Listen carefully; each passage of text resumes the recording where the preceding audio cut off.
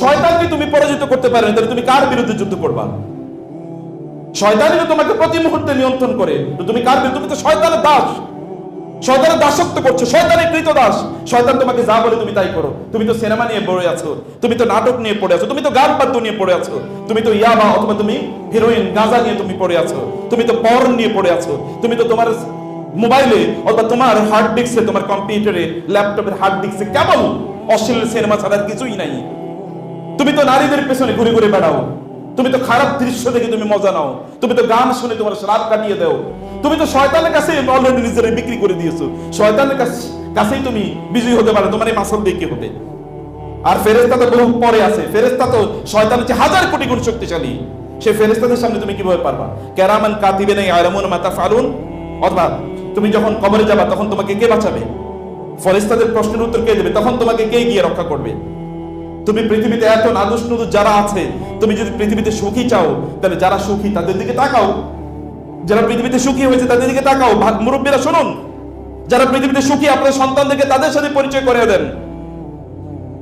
অথবা অন্যদের আপনি দেখেন না, পৃথিবীর সবচেয়ে বিখ্যাত পপ শিল্পী, তাদের অবস্থা দেখেন, তারা কিভাবে মারা গিয়েছে।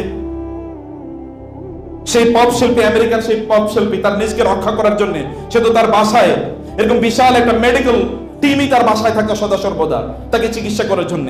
সে তো অক্সিজেন এরকম সাধারণ অক্সিজেন নিত না, অক্সিজেনটাও নিত এরকম মেডিকেটেড অক্সিজেনটাও তার জন্য ওই ফিল্টারিং করে আসতো, তার জন্য খাবার রান্না হতো স্পেশালি, ওই খাবারও মেডিকেল টেস্ট হয়ে তারপরে তাকে খাওয়ানো হতো। মাইকেল জ্যাকসন নাম আপনারা শুনেন নাই? বুড়ারা না শুনতে পারেন, পোলাপাইন তো শুনেছো তোমরা। মাইকেল জ্যাকসন, এবং সে কোথাও গেলে তার পার্সোনাল বিমান নিয়ে এসে যেত তার সেবা করার জন্য, প্রতি মুহূর্তে তার সেবা করার জন্য। এবং তার যে খাটে শুইতো, ওই খাটটা ডক্টর দেখে দিয়ে তৈরি, যেন খাটে তার জন্য শরীরে কোনো ধরনের সমস্যা না হয়। কিন্তু কোত্থেকে এসে হঠাৎ করে ক্যান্সার হইল? ব্রিটেনের রানী এলিজাবেথ, তার তো রান্না বান্না বাইরে, কেউ তার সাথে কেউ করোনার সময় দেখাও করতে পারে না, দেখা করো নিষিদ্ধ, কেউ দেখা করতে পারবে না। তার কয়েকজন লোক ওই রুমের মধ্যেই থাকবে, তার কয়েকজন লোক এরও বাইরে কোথাও যেতে পারবে না। রান্না বান্না তার এই জায়গায় কেবলমাত্র হবে। এখানে রান্না, এখানে যা উৎপাদন হচ্ছে তার নিজস্ব গার্ডেনে, এখানে তার নিজস্ব জায়গা যা ফসল উৎপাদন হচ্ছে, মানে ওইখানে গার্ডেন, ওইখানে যা হচ্ছে এগুলোই তার জন্য আনা হবে, যেন বাইরে থেকে কোনো জিনিস না আসে, যেন করোনা তাকে স্পর্শ না করে। তারপরে তার করোনা হয়েছে কিভাবে? কোথেকে তার ওইখানে করোনা গিয়েছে? কি দিয়ে করোনা গেল? করোনা তো আরেকজন শ্বাসের রোগ নাকি, একজন আরেকজনের ধরলে যায়, তো তার সেখানে গেল কিভাবে? পৃথিবীতে মানুষ কি তার নিজকে চিরঞ্জীবী রাখার জন্য চেষ্টা করে নাই? এই পৃথিবীতে সবচেয়ে বেশি ধনী লোককে আর কেউ ছিল না? তারা তো ছিল, কিন্তু তাদের দিকে তাকাও। তোমরা যাদেরকে এই পৃথিবীতে যাদেরকে সেলিব্রিটি মনে করে তাদের পেছনে পেছনে ঘুরো, দেখো না তাদের চরিত্র কি, অথবা তাদের সংসার কি, দেখো না তাদের কেলেঙ্কারির অবস্থা কি, তাদের পার্সোনাল জীবনে কয়েকদিন পড়ো, দেখো যে তারা কি পরিমাণ হতাশায় তারা থাকে। হতাশা থেকে মুক্তি পাওয়ার জন্য তারা মাঝে মাঝে কি করে? তারা মদ খায়। হতাশা থেকে মুক্তির জন্য ওরা মদ খায়, মদ খায় হতাশা থেকে তারা মুক্ত হতে চায়। তুমি যাদেরকে লাইফস্টাইল দেখে, ইউরোপ আমেরিকানদের লাইফস্টাইল দেখে তোমার চোখ ধাঁধানো, তুমি এরকম মনে করো বাঙালিরা তো পাহাড় সমুদ্র পাহাড়ি দিয়ে তারপরে তারা ওই সকল দেশে যেতে চায়। এবং আপনারা জানেন বিভিন্ন জায়গায় সমুদ্র পাড়ি দিয়ে যেতে, ইউরোপ আমেরিকাতে যাওয়ার জন্য জঙ্গল পাড়ি দিয়ে যায়, মানুষের 20-30 লাখ টাকা ঘুষও দেয়, বিভিন্ন পদ্ধতি তারা গ্রহণ করে ওই দেশে গিয়ে অনেক টাকা পয়সা ইনকাম করবে। ওই দেশের লোকদেরকে লাইফস্টাইল একটু দেখো না, দেখেন না তাদের লাইফস্টাইল কি অবস্থায় আছে। ছেলে মেয়ের খবর নাই, বাবা মার খবর নাই, বৃদ্ধদেরকে খবর নেওয়ার মতো কোনো লোক নাই। চোখ ধাঁধানো। তুমি যেটাকে উন্নয়ন দেখছো, এটা আসলে উন্নয়ন, এটা আসলে ধ্বংসের জিনিস। তুমি যেটাকে মনে করছো এটাই তো অনেক পশ, এটা তো অনেক ভালো আছে, ভো করে তুমি হয়তো সাইকেল, তুমি হুন্ডা চালিয়ে যাচ্ছ, তোমার অনেক টাকা পয়সা, নতুন জামা কাপড় তুমি পড়েছো, তোমার দিকে কেউ তাকাতেও পারে না, এরকম একটা ভাব তোমার। এমন একটা কিছু তুমি মনে করো তুমি একটা অনেক বড় কিছু হয়ে গিয়েছো, এরকম মনে করার কারণ তোমার চেয়ে আরো অনেক নাদুস নুদুস চেহারার অধিকারী লোকদের দিকে তাকিয়ে দেখো যে তারা কিভাবে করেছে। মুসাব ইবনে উমার রাদিয়াল্লাহু তাআলা আনহু মক্কার সবচেয়ে সুদর্শন যুবক, মক্কার সবচেয়ে সুদর্শন যুবক মুসাব ইবনে উমার। তার মা ছিল মক্কার সবচেয়ে বেশি সম্পদশালী, তার বাবা মারা গিয়েছে, মাত্র 2টা ছেলে, একজন মুসাব আর একজন উমার। মুসাব রাদিয়াল্লাহু তাআলা আনহু তিনি এরকম, তার মা মক্কার সবচেয়ে দামি জামা কাপড় তাকে পরাতেন, কিন্তু মক্কার কাপড় যদি তার জন্য পছন্দ না হতো তাহলে সিরিয়া বা ইয়েমেন থেকে তার জন্য পার্সোনাল জামা কাপড় কিনে নিয়ে আসতেন, কারণ ওই ব্র্যান্ডের বা অত দামি জামা কাপড় এখানে না থাকলে অন্য দেশ থেকে আনা হতো। যেমন আমাদের এখন তুমি ইয়াং ম্যান মনে করো বাংলাদেশি কাপড় তোমার চলবে না, তুমি ইন্ডিয়ান অথবা সিঙ্গাপুরিয়ান অথবা মালয়েশিয়ান অথবা তুমি ইউরোপের জামা কাপড় তুমি পরবা। ওনার পারফিউম মক্কায় তৈরি হতো না, ওনার পারফিউম তৈরি হতো অথবা ইয়েমেনে বা অন্য জায়গায়, এবং উনি যে পারফিউম আতর ব্যবহার করতো, ওই আতর ব্যবহার করে ওই রাস্তা দিয়ে গেলে মানুষ জানতো যে এই আতর মুসআব ছাড়ার কারো পক্ষে কেনাও সম্ভব না। এই মুসআব আবার বাগবি, খুবই বুদ্ধিমান বুদ্ধিদীপ্ত ছেলে। কুরাইশরা তাকে মুসআবকে তার সাথে, কুরাইশরা বড় বড় তার নেতৃবৃন্দ তাকে মুসআবকে তাদের সাথে রাখতো। হঠাৎ করে একদিন মুসআব শুনল যে মক্কায় নবী মুহাম্মদুর রাসূলুল্লাহ সাল্লাল্লাহু আলাইহি ওয়াসাল্লামের আগমন হয়েছে এবং তিনি মানুষকে ইসলামের প্রতি আহ্বান করছেন, মানুষ ইসলাম গ্রহণ করেছে, ইসলাম গ্রহণ করছে মানুষ। তিনি ভাবলেন আসলে উনি বলে কি যে এরকম লোকেরা পাগল হয়ে তার পিছনে ছুটছে। আবার কুরাইশ নেতৃবৃন্দ তাকে বলেছে মুসআব খবরদার ওখানে যাওয়া যাবে না, তিনি তো বুদ্ধিদীপ্ত যুবক, তিনি সবচেয়ে স্মার্ট বয় ইন মক্কা। তিনি এবার চিন্তা করেন আমি একটু যাই দেখি তিনি কি বলেন। যায়েদ ইবনে আরকাম রাদিয়াল্লাহু তাআলা আনহুর বাসায় রাসূলুল্লাহ সাল্লাল্লাহু আলাইহি ওয়াসাল্লাম সবাইকে দ্বীনের দীক্ষা দিতেন। তিনি ওইখানে গেলেন সন্তর্পণে। ওখানে যাওয়ার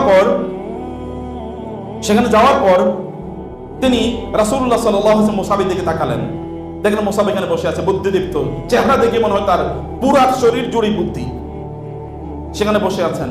রাসূলুল্লাহ সাল্লাল্লাহু আলাইহি ওয়াসাল্লামের উপর এর মধ্যে কোরআনের আয়াত নাযিল হলো, জিবরিল আসলেন, রাসূলুল্লাহ সাল্লাল্লাহু আলাইহি ওয়াসাল্লাম সাহাবায়ে কেরামদেরকে ওই নাযিলকৃত আয়াতগুলো পড়ে শোনাচ্ছিলেন। মুসাব শুনে চমকিত হয়ে গেলেন। এই রকম কথা, এরকম অসাধারণ কথা তো কারো মুখ থেকে কোনোদিন শুনি নাই। রাসূলুল্লাহ সাল্লাল্লাহু আলাইহি ওয়াসাল্লাম মুসাবের চেহারা দিকে দেখলেন, চেহারা তো পরিবর্তন হয়ে গেছে, অলরেডি এর মধ্যে প্রভাব তৈরি হয়ে গেছে। তিনি তার বুকে হাত রেখে আল্লাহর কাছে দোয়া করলেন, আল্লাহ তুমি মুসাবকে হেদায়েত দান করো। মুসাবের মধ্যে কি পরিবর্তন হয়ে গেল, তিনি মানে ইয়া রাসূলুল্লাহ আমাকে মুসলমান বানিয়ে নেন। তিনি মুসলিম হয়ে গেলেন। মুসলিম হয়ে যাওয়ার পর তিনি এবার চুপি লুকিয়ে তিনি তার ইসলাম প্র্যাকটিস করছেন। কিন্তু তিনি যখন নামাজ পড়ছিলেন এর মধ্যে তার এক আত্মীয়, তার নাম হচ্ছে ওসমান ইবনে তলহা, তিনি দেখে ফেললেন যে এর নামাজ পড়ছে। অন্যদিন তিনি নামাজ পড়ছেন, আরেকদিনও তিনি দেখে ফেললেন। দেখে ফেলার পর তিনি বুঝলেন যেহেতু মুসলমান হয়ে গেছে। নেতৃবৃন্দ এখনো বুঝেন নাই যে তিনি মুসলমান হয়ে গেছেন, কিন্তু তিনি বুঝে গেছেন অলরেডি তিনি মুসলমান হয়ে গেছেন। এটা বাতাসের মতো গোটা মক্কা এটা ছড়িয়ে পড়লো। মুসাব মুসলমান হওয়া কিন্তু সাধারণ কথা না। মুসাব মুসলমান হওয়া যেমন আমেরিকার প্রেসিডেন্ট যদি মুসলমান হয়ে যায় সারা পৃথিবীতে সংবাদ ছড়িয়ে পড়বে মুহূর্তের মধ্যে গোটা মক্কায় সংবাদ ছড়িয়ে পড়লো। সবাই বললো হায় হায় করলো কি শেষ। মুসাব মুসলমান হওয়া মানে এখন সব লাইন ধরে লোকেরা ইসলাম গ্রহণ করবে, লাইন ধরে যুবকরা, কারণ তাকে যুবকরা অনুসরণ করে, লাইন ধরে যুবকরা ইসলাম গ্রহণ করবে। মুসাবের মার কাছে যখন সংবাদ গেল, মুসাবের মা তাকে ডাকলো, কুরাইশ নেতৃবৃন্দ মায়ের কাছে গেল, তারা সবাই মিলে মুসাবের সাথে বসলো। মুসাব তুমি কাজটা ঠিক করো নাই, তুমি আমাদের আইডল, তুমি আমাদের আদর্শ, আমরা তোমার দেখাই যুবকরা তোমরা এর মতো হতে চাও, তোমরা এর মতো হইও, তুমি এটা করলে আমরা তো টিকতে পারবো না সমাজে, তুমি করলা কি? তোমার মুহাম্মদ জাদু করেছে সাল্লাল্লাহু আলাইহি ওয়াসাল্লাম। মুসাব মিটি হাসছে, বুঝছে ওরা তো আসলে এখনো কি পথভ্রষ্টতার মধ্যে আছে। মুসাব তার মাকে বললেন, মা আমি ইসলাম বুঝে শুনে গ্রহণ করেছি, এটা আমি পরিত্যাগ করতে পারবো না। মা তাকে থ্রেট দিলেন, তোমার সব জামা কাপড় পশ, এত দামি জামা কাপড় সব বন্ধ করে দেবো, বাড়ি গাড়ি সব বন্ধ করে দেবো, তোমার এত দামি পারফিউম বন্ধ করে দেবো, তোমার খাবার বন্ধ করে দেবো, হাত খরচ বন্ধ করে দেবো। মুসাব বলেন, আমি তো এগুলোর জন্য লালায়িত না মা, আমি দিন বুঝেছি, আমি আমার আল্লাহকে সন্তুষ্ট রাখতে চাই, আল্লাহর সাথে আমি কোনো কিছুকে কম্প্রোমাইজ করতে চাই না, সব বন্ধ করে দাও, কিন্তু আমি দিন ছাড়তে পারবো না। মা চিন্তা করে ওকে তাহলে বন্দি করে রাখতে হবে, বন্দি করে রাখলেন। বন্দি করে দেখলেন যে বন্দি করে রাখা অবস্থায় তাকে দিন থেকে এক ফোঁটা তাকে বিচ্যুত করতে পারে নাই। যুবকরা শুনুন, এক ফোঁটা তিনি দিন থেকে সরে যান নাই। মা চিন্তা করেন আমার ছেলে না খেয়ে মারা যাচ্ছে, এ তো হতে পারে না। এবং মুসাব তার মাকে বললেন, তুমি হতে পারে আমি না খেয়ে মারা যাবো, কিন্তু আমি আমার দিন ছাড়বো না, এক ফোঁটাও ছাড়বো না, আমি দিন ছাড়বো না। মা চিন্তা করে দিল, ওরে ছেড়ে দিই, ও যা করার করুক, যাও, তোমাকে ত্যায্য করে দিলাম, তোমার বাবার কোনো সম্পত্তি তুমি পাবে না। তিনি বের হয়ে গেলেন, তিনি চলে গেলেন আবিসিনিয়াতে তিনি চলে গেলেন ইথিওপিয়াতে, হাবশায় তিনি হিজরত করে গেলেন। কিন্তু হিজরত করে ওইখানে যাওয়ার পরে তিনি মনে করলেন, যাকে দেখে আমি মুসলমান হয়েছি তাকে যদি আমি নাই দেখতে পারি তাহলে কি হবে, নাইলে কুরাইশরা আমাকে জুলুম করবে, অত্যাচার করবে, কিন্তু আমার নবীরা না দেখে আমি থাকতে পারবো না। তিনি চলে আসেন হাবশা থেকে মক্কায় আসার পর তার মা আবার তাকে ডাকলো এবং মা তাকে আবার থ্রেট দিল, বিভিন্ন কথাবার্তা, কিন্তু লোকেরা তার উপর জুলুম অত্যাচার করতে চাইলো, কিন্তু তিনি এক ফোঁটা সেখান থেকে নড়লেন না। রাসূলুল্লাহ সাল্লাল্লাহু আলাইহি ওয়াসাল্লাম এর কাছে গিয়ে তিনি ওই বিভিন্ন জায়গায় যেখানে রাসূলুল্লাহ সাল্লাল্লাহু আলাইহি ওয়াসাল্লাম তিনি দাওয়াত দিতেন সেখানে গিয়ে তিনি বসে থাকতেন। রাসূলুল্লাহ সাল্লাল্লাহু আলাইহি ওয়াসাল্লাম কখনো তার কাছে তাকাতেন। এর আগে তার জামা কাপড়গুলো ছিল আরবের সেরা জামা কাপড়, সবচেয়ে ব্র্যান্ডের জামা কাপড়, সবচেয়ে দামি পারফিউম, কিন্তু এখন তার জামা কাপড়ে বিভিন্ন জায়গায় ছেঁড়া, বিভিন্ন জায়গায় তালি দেয়া। রাসূল সাল্লাল্লাহু আলাইহি ওয়াসাল্লাম ওইদিকে তাকান আর তার চোখ থেকে ড্রপ অফ ওয়াটার, চোখ থেকে পানি পড়ে যায়। মুসআব, তো মুসআবের যে সত্যিকার অর্থে তিনি তার দিনকে যে বুঝতে পেরেছেন, মুসআব যে সত্যিকার আনন্দ পেয়েছেন, মুসআব যে সত্যিকার সুখ এবং শান্তি পেয়েছেন, এটা তো মুসআব বুঝেছে, মুসআবের রব বুঝেছে, মুসআবের নবী বুঝেছেন। মুসআবের মধ্যে কোনো অশান্তি নাই, কোনো ক্লান্তি নাই, তার মধ্যে কোনো আফসোস নাই যে এত কিছু তার হারিয়ে গেছে। যুবকরা ভালো করে শুনুন, আপনার বৃদ্ধরা শুনুন, আপনাদের সন্তানদেরকে কি তৈরি করবেন। এর মধ্যে মদিনা থেকে একদল লোক আসলো রাসূলুল্লাহ সাল্লাল্লাহু আলাইহি ওয়াসাল্লামের সাথে চুক্তি করার জন্য। তারা রাসূল সাল্লাল্লাহু আলাইহি ওয়াসাল্লামকে মদিনায় নিয়ে যাবেন।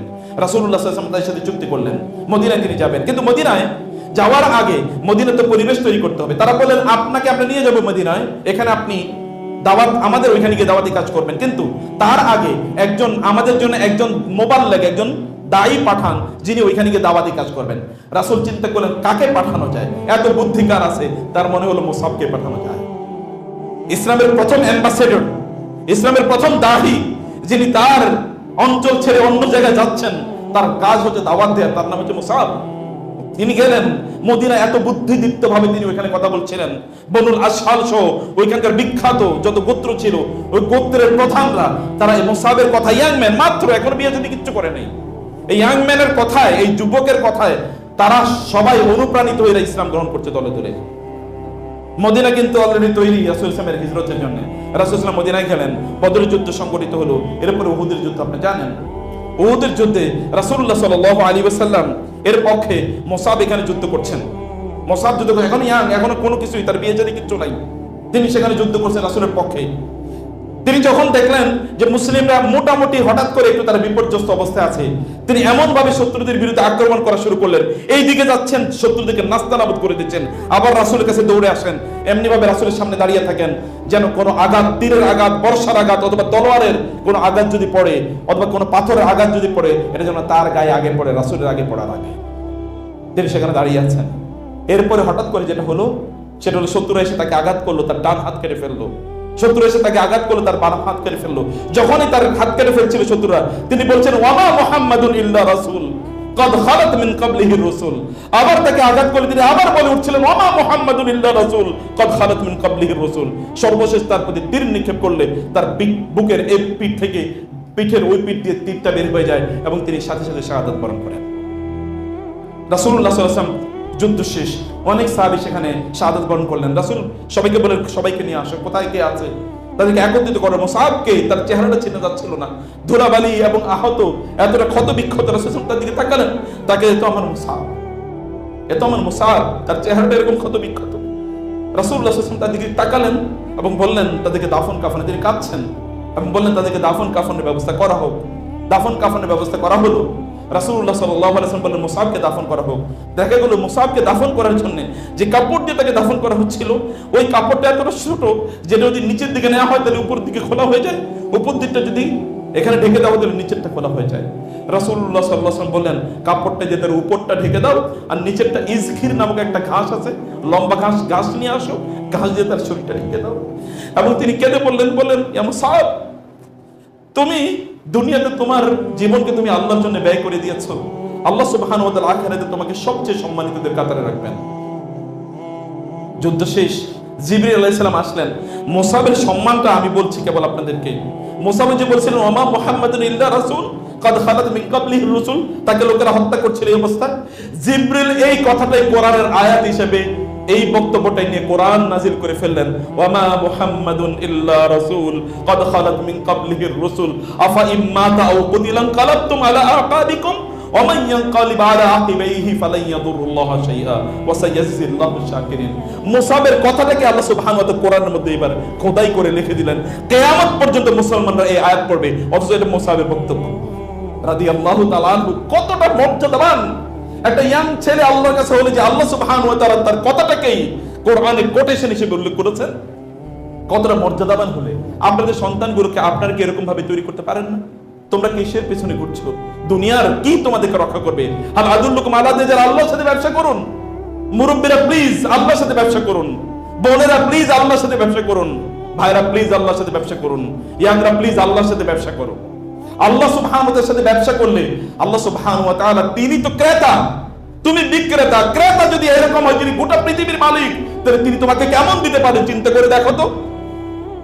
এলাকায় যদি সবচেয়ে ধনী লোক তিনি যদি বাজারে যান, তাহলে বাজারের সবগুলো লোক খুশি হয়। তিনি যদি আমার কাছ থেকে জিনিসটা কেনেন তাহলে বেশি দাম দিয়ে কিনবেন, একটু বেশি দেবেন টাকা।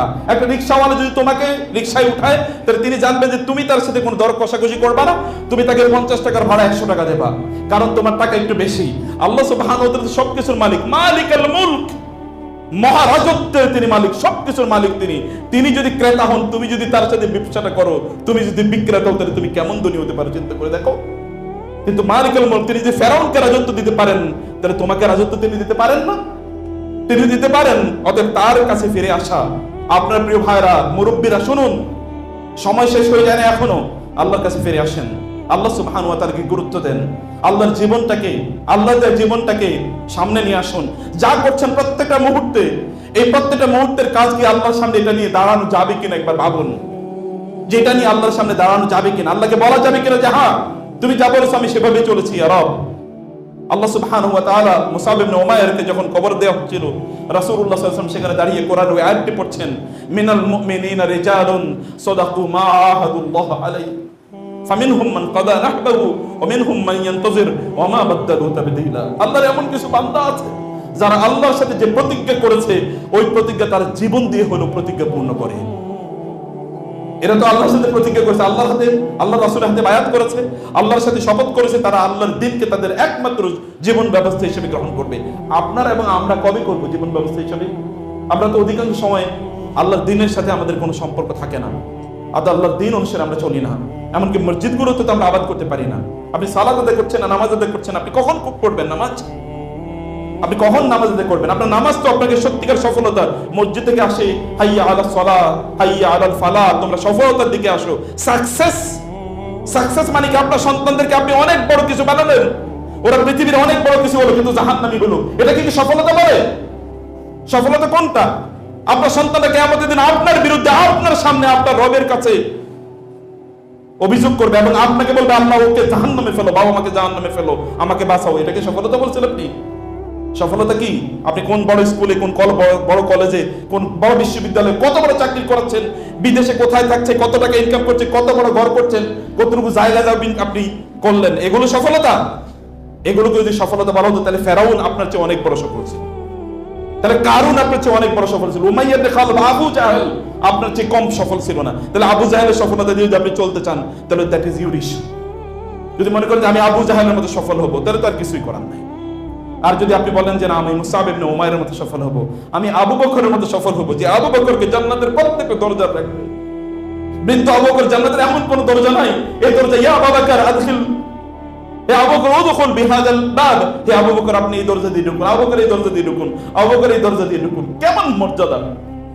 কারণ কি? প্রত্যেকটা দরজা চায় আবু বকর যদি জান্নাতের ওই দরজা দিয়ে ঢুকে, তাহলে ওই জান্নাতের ওই দরজাটা মর্যাদাবান হবে। আপনি জান্নাতে যাওয়ার জন্য আপনি চেষ্টা করছেন, আবু বকরকে সবগুলো দরজা ডাকবে। বৃদ্ধরা এরকম হতে পারেন না? বৃদ্ধরা কবে এরকম হবে? বা আপনাদেরকে এখনো সময় শেষ হয়ে যায় না। এটা একটা ওয়েক আপ কল, আমি বলছি আপনাদেরকে। আপনারা একটু জাগ্রত হন প্রিয় ভাইরা, আপনি একটু জাগ্রত হন এবং আল্লাহর দ্বীনের কাছে আপনি ফিরে আসুন। আল্লাহ তাআলা আমাদেরকে সেই তৌফিক দান করুন। আল্লাহুম্মা আমিন। আকুলু কওলি হাযা ওয়া আস্তাগফিরুল্লাহ ওয়া লি ওয়া লাকুম ওয়া লিসাইরিল মুসলিমিন ফাস্তাগফিরুহু ইন্নাহু হুয়াল গফুরুর রহিম।